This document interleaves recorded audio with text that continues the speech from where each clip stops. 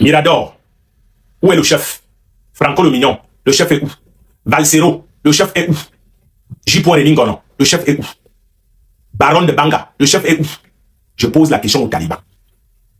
Pourquoi je commence par là? C'est pour dire à ces petits illettrés qui viennent parler ici d'un journaliste qui a fait ses preuves au Cameroun et ailleurs, que quand vous ne comprenez pas le texte ou les vidéos des gens, passez comme un taxi. Je rappelle encore que Valsero est un taliban. J. Reningono est un taliban. Sébastien G. Lundu est un taliban. Si vous ne savez pas qui c'est, allez taper sur Internet. C'est pas quelqu'un de très connu en même temps. Les chancelions, bon, pas chancelions quand même, J. Reningono est un taliban. Sandy de Boston est un taliban. Aristide Mono est un taliban. Ça, c'est pour moi. Fridolin Kay est un taliban. Ceux que je viens de vous citer là ne sont pas des Bamileke, ils sont des talibans. À ceux qui réduisent le terme taliban au Bamileke, c'est votre problème. Alors, je demande aux talibans, où est le chef de Balou? Valsero, le premier des talibans qui veut venir nous distraire en disant que le chef a abandonné sa voiture et il a un frère millionnaire qui veut le faire sortir du pays. Valsero est un élément très dangereux. Il nous distrait, donc il va envoyer la gendarmerie fouiller tout droit là, pendant que le chef est caché dans un village à l'ouest, quelque part là-bas. C'est une affaire de sagesse. Moi, à la place du chef, je ne courrais aucun risque d'aller à Douala. Ça dit que c'est une affaire de ça. C'est un problème de bon sens. Je ne courrais aucun risque d'aller à Douala. Qu'est-ce qui m'aurait fait à Douala? Je suis plus en sécurité avec mes confrères chefs dans d'autres villages, qui peuvent mieux me protéger, qui peuvent mieux me cacher. Donc, Valsero, arrête de jouer ce rôle où tu distrais. Tu sais, tu es doué dans ça quand même. Tu es doué dans ça. Tu es doué dans la distraction. Tu sais distraire le peuple, l'opinion. L'autre part de la chose, c'est que c'est toujours le même Valsero qui a engagé les histoires où ce sont les écans qui s'acharnent sur les Bamileke par rapport à cette affaire. Que ce sont les écans qui veulent la justice. Valsero, je te ferai remarquer qu'il ne s'agit pas là d'un chef Bamileke qui a tué les enfants écans. Le problème est Bamileke, si tu veux que je parle comme ça. Et nous voulons tous la justice. De la même manière qu'on réclame la justice dans l'affaire Martinez-Zoro.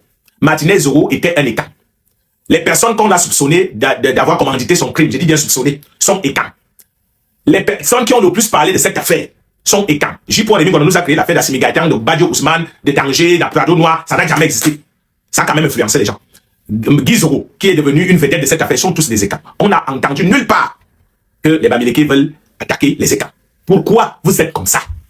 Pourquoi vous voulez toujours nous traîner dans les affaires de tribalisme? Et on dirait qu'aujourd'hui, pour plaire aux gens, il faut que quelqu'un dise que, oh, il y a la babiphobie dans ce pays. C'est le nouveau mot. C'est-à-dire que si tu veux plaire aux gens, parle comme ça. Les amis. Les amis. Moi, je me bénis toujours le Seigneur pour ma vie parce que j'ai réussi à être quelqu'un qui est dans le détachement. Vous voyez un peu. Il y a beaucoup de gens là qui se taisent parce qu'ils préservent leurs intérêts. Je les comprends. Bon, vous savez, on est dans un pays où les gens ne veillent qu'à leurs intérêts. Nous tous, hein. Nous tous, on a des intérêts. Nous tous, on a des intérêts. Moi-même, je peux me dire que mon frère, il ne veut pas que mon actuel patron avec qui je vais travailler commence à me regarder comme si j'étais un bamiphobe. Vraiment, moi, je préserve mon travail. Nous tous, on peut faire ça. Nous tous, on peut faire ça. Mais comme je sais que quand je viens dénoncer une affaire ici, ça n'a rien à voir avec l'ethnie. C'est moi qui ai mis en lumière cette histoire, que vous le vouliez ou pas. Vous avez voulu étouffer cette affaire. Ça faisait 1 semaine et demie. Ces enfants ont été cramés le 6. Ils ont été arrêtés le 5 et cramés le 6. Et ce n'est que le 15 que je suis venu mettre la lumière dans cette affaire. Si je n'avais pas été là, ça aurait été un fait divers comme tous les autres. Des faits divers. Si vous voulez créer Moi, j'ai été au début de ma carrière journaliste des faits divers. Et je vous assure que les faits divers, ça ne manque pas. Quand vous êtes journaliste, des faits divers, vous pouvez en trouver tous les jours. Il y a des gens qui tapent sur leur go, il y a des gens qui fument leur go, il y a leur fille, leur garçon. Il y a trop de faits divers. Donc, on peut en trouver des gens qui lament les gens tous les jours. Mais cette affaire concerne une autorité. Et ça, c'est titre que j'ai dit que ceux qui viennent nous faire le one-man show, de dire que j'ai dénoncé tel dans le passé, c'est facile de dénoncer un petit laveur, un petit cireur, un petit coiffeur du quartier qui n'a personne. C'est facile de faire l'acharnement sur lui, mais c'est très difficile de parler d'une autorité, qu'elle soit politique, qu'elle soit administrative, qu'elle soit religieuse, qu'elle soit économique, diplomatique ou traditionnelle. On sait tous que c'est là où c'est difficile. Et c'est à ce niveau-là qu'on a fait on voulait tous vérifier quelque chose. Vous, les grands demandeurs, les talibans qui demandent le changement, petite affaire comme ça, on voulait vérifier quelque chose. Est-ce que vous voulez donc la justice pour tous? Vous avez lamentablement échoué. Si c'était un examen, vous êtes tous échoués. Vous avez tous échoué. On voulait vérifier quelque chose. Vous aviez cette information depuis 1 semaine. Vous l'avez étouffée. Mais vous voulez la justice. Si c'était un petit Kamdem, c'est un nom qui est choisi comme ça au hasard, qui ne veut rien dire, qui ne vaut rien, vous l'aurez jeté en pâture parce qu'il ne représente rien. Mais quand il s'agit d'une autorité, tout le monde commence à reculer. Comment voulez-vous une république où les autorités ont le droit de vie et de mort sur les autres, peuvent voler, il ne leur arrive rien, peuvent tout faire, mais que les gens d'en bas subissent? C'est vous qui voulez le changement. Hein? Parfois, je me pose la question, entre vous et nous, qui sont ceux qui sont prêts à vivre dans le changement? Moi, en tout cas, je suis prêt.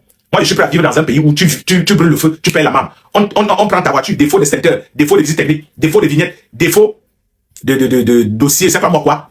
On te colle une amende. Moi, je suis pour ça. Tu te trompes d'escalier, on te colle une amende. Moi, je suis prêt à vivre dans un pays comme ça. Je suis prêt à vivre dans un pays où on dit que toutes les maisons doivent être alignées en respectant le code de la route, en respectant la distanciation avec la route. Moi, je suis prêt à vivre dans une société comme ça. Mais comme je vous dis, nous tous, on peut venir faire le silencieux ici, venir plaire aux gens ici. J'ai beaucoup de gens à qui je peux plaire.